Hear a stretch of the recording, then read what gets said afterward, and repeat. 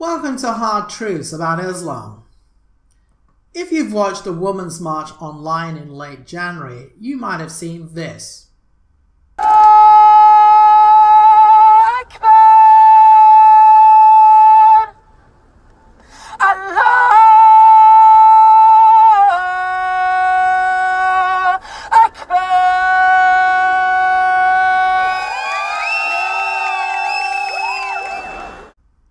You might have even come across this individual that organized the Washington, D.C. march.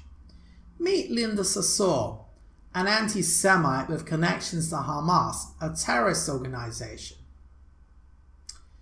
She even posted an attractive sales pitch for Sharia law, the Islamic code that all Muslims follow in their daily lives. She stated that under Sharia, you won't have to pay interest on your loans. Sounds quite attractive. Now, what we saw at the Women's March around the world with women wearing hijabs, to put it in perspective, is part of the left's strategy to embrace the enemy of their enemy, i.e.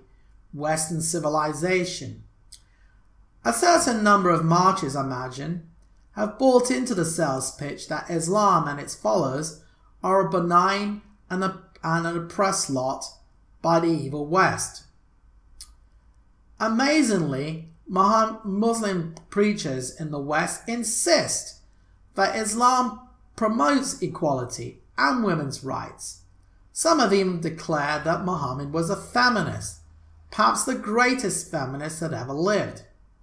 This is despite in 2009, the Origin of Economic Cooperation and Development releasing a report on gender equality and social institutions. The study concluded that 11 of the 12 countries with the highest level of discrimination against women were Muslim-majority countries. So, why do these preachers spout such shameless nonsense? They preach it because they know that there is a general ignorance of Islam and they can say whatever they want because there's no one to correct them. Western culture has become largely anti-intellectual, and people prefer to form their views based on headlines from the fake mainstream media. I suggest the first step to reducing the gender gap in Muslim countries is an informed population of free people that will not fall for the false claims of Islam and therefore can draw attention to the real source of the problem. With this in mind, I present the hard facts when it comes to Islam and what it says about women. First of all, let's look at the women's status in the Quran in terms of percentages. Sources for these figures can be found below this video. As you can see from here, whenever women are mentioned in the Quran, they're only regarded in high status in 5.3% of cases. In the majority of cases, a whopping 71%, they are viewed in a low status. What about in the Hadith? Does it get any better? Actually, it gets far worse, with verses that speak highly of women only adding up to 0.6%. Verses that speak of women in a low fashion in the Hadith figure a colossal 89%. Therefore, with such figures, I should be able to spend all day talking about countless examples of how women figure lowly in the Islamic scriptures. Today, however, I will focus on only 3 Quranic verses. These 3 Quranic verses should be sufficient to enable any woman to make an informed opinion on the teachings of Islam. First, Surah 282 is an outrageously long verse dealing with contracts, but there's an interesting part in the middle that says, "And get 2 witnesses out of your own men, and if there are not 2 men available, then a man and 2 women such as you agree for witnesses, so that if one of them, 2 women, the other can remind her." Now, if 2 women are not available as witnesses, get a man and 2 women. From this is defined the principle that the testimony of a woman is worth half of the testimony of a man. Why is this? Muhammad explains in Sahih al-Bukhari 2658. And the Prophet said, "Isn't the witness of a woman equal to half of that of a man?" The woman said, "Yes." He said, "This is because of the deficiency of a woman's mind." The testimony of a woman is unreliable because women are by nature stupid.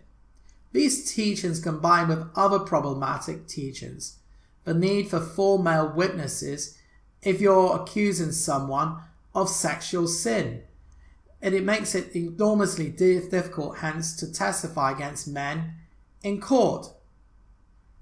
According to the New York Times, human rights workers had noted that as many as half the women who reported a rape are charged under Zina laws in Pakistan, are charged so with adultery. Something that feminists on that women's march would find abhorrent. They would no doubt tell you that every rape victim needs to be believed. Second, Surah 2:223. Your wives are a tilth for you, so go to your tilth when or how you will. We don't use the word tilth much nowadays. A tilth is a patch of ground. The Quran says that women are a patch of tilth that you can approach however and whenever you want. The historic background to this verse is Sunnah Abu Dawud 2158 to 2159. When Muslims moved to Medina, they began marrying women from Medina who didn't want to have sex in certain positions. One woman told her husband not to come near her if she wanted sex in certain positions. Let's read what happened. He began to do the same kind of action with her, but she disliked it and said to her, "We are approached on one side, I laying on back. Do it so, lie otherwise, keep away from me." This matter verse spread widely and it reached the apostle of Allah. So Allah the Exalted sent down the Quranic verse, "Your wives are a tilth to you, so come to your tilth however you will, i.e. from in front, from behind, or laying on the back." So a woman says, "I refuse to have sex in certain positions."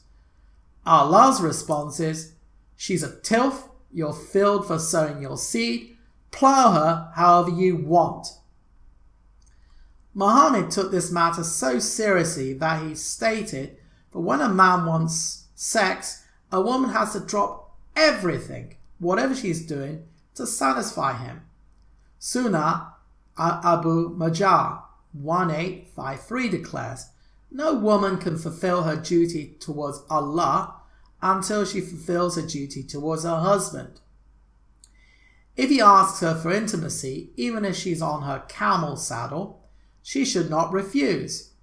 Jamal al-Tirmidhi 1160 stated, Talq bin Ali narrated that the Messenger of Allah said, "When a man calls his wife to fulfill his need, then let her come even if she's at the oven."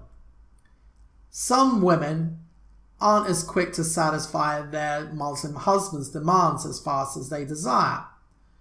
What are Muslim men supposed to do about more rebellious wives? Allah responded in Surah 4:3-4. Men are in charge of women because Allah hath made the one of them to excel the other, and because they spend of their property for the support of women. So good women are obedient, guarding in secret that which Allah hath guarded. As for those from whom you fear rebellion, admonish them and banish them to beds apart, and scourge them. Then, if they obey you, seek not a way against them. In other words, if your wife doesn't obey you, banish her to a separate bed, then beat her until she does what you say. Should we be surprised at a study done by Human Rights Watch that 85% of Afghan women are victims of physical, sexual or psychological abuse or forced marriage, or 60% of Afghan women surveyed reported experiencing multiple forms of violence? According to Allah, women are stupid, the property of men, and have to submit themselves fully to their husband's sexual whims. Those who don't are to be beaten into submission. Numerous studies show the real-world impact of these teachings, and yet we are told by politicians, reporters and Muslim groups that the discrimination of women in Muslim countries is nothing to do with Islam. Unfortunately for Islamic defenders, these practices of discriminations were cleared in the time of Muhammad. Sahih al-Bukhari 58:25 states, Aisha saw a child bride that was beaten so badly that her skin goes green. Aisha takes her to Muhammad. She declares, I have not seen any among the believers women suffer as much as this woman. Look, her skin is greener than her clothes. This is Aisha, Muhammad's favorite wife, called the mother of the faithful, saying that the Muslim women were being treated worse than pagan women. Why are Muslim women being treated so horribly? Well, the answer is found in the texts of Islam. If you're expecting Muhammad to punish the man who turned this woman's skin green, you haven't been listening. Muhammad in the story rebuked the woman for being a bad wife. So Muslim women were oppressed in the earliest Muslim community. And here we are, 14 centuries later, and the situation hasn't changed. Why? Why hasn't it changed? It's because many Muslim communities take that first Muslim community as their model today. They take the teachings of Muhammad as authoritative. If we want to see lasting change in our lifetimes, we have to change the pattern laid down by Muhammad in the Quran. So learn these 3 verses and share them with your friends. If third-wave feminists are so bent in embracing Sharia law for themselves, then I suggest buy one-way tickets to one of these majority Muslim countries and marry some Muslim man. If alternatively they wish to stay in the West, then please spare us the lecture of the fake white patriarchy while ignoring the true male patriarchy set up by Muhammad 1400 years ago and still operating. As for those feminists out there who want me to make a sandwich for them, no, I won't be making you a sandwich. Ever. If you like this video, please don't forget to like and comment and to share. If you actually like this type of content and want to hear more, then please don't forget to subscribe.